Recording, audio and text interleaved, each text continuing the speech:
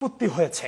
প্রিয় দর্শকবৃন্দ, all evidence, এবার আসেন অল এভিডেন্সের শুরুতে যাই, যেখান থেকে 5 আগস্টের পরে আমাদের এই নোংরা রাজনীতির উৎপত্তি। এই যে ঢাবি কণ্ঠস্বর, যে ঢাবি কণ্ঠস্বর এখন তার নাম পরিবর্তন করে ডেইলি ডাকসুতে রূপান্তরিত হয়েছে।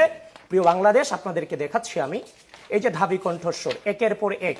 সহজে জান্নাতে যেতে চাইলে আকিস টেম্পো স্ট্যান্ডে আসুন, বিএনপি নেতা সালাউদ্দিন আহমেদ। এভাবে যত ধরনের ভুয়া ফটো কার্ড আছে, ঢাবি কণ্ঠস্বরের নামে 5 আগস্টের পরবর্তী সময়ে ঢাকা বিশ্ববিদ্যালয়ের মাটি থেকে এগুলোকে ছড়িয়ে দেওয়া হয়েছে। এই যে আমি দেখালাম, এটা হচ্ছে ঢাবি কণ্ঠস্বর। প্রিয় বাংলাদেশ, এটা ঢাবি কণ্ঠস্বর। এবার আসেন নাম্বার 1, এবার আসেন নাম্বার 2, ডিউ ইনসাইডার।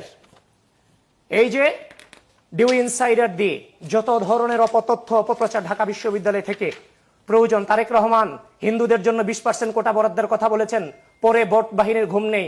আমার কথা হলো ক্ষুদ্র নিগোষ্ঠীর কোটা পেলে হিন্দুরা কেন নয়, তানভীর আল হাদি মায়ের। এভাবে আমরা লম্বা সময় ধরে আলোচনা করব, আসবো আপনার কাছে। না, আমাকে কিছু সময় দেন, যেটা শেষ করতে দেন। এই হচ্ছে আমরা সময়টা বন্টন করতে চাই। ডিউ ইনসাইডার। এবার আসেন ডেইলি ডিউ অবজারভার। জি, এখন বর্তমান নাম ভয়েস অফ জেনজি। এই যে দেখেন, এই হচ্ছে ঘটনা। এই যে মিথ্যা যত ফটো কার্ড আছে এগুলো ছড়ানো হয়েছে।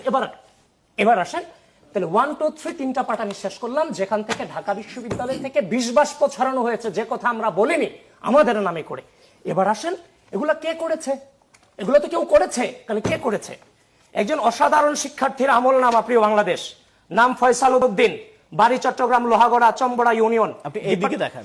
ডিপার্টমেন্ট ফার্সি ভাষা সাহিত্য, সেশন 18।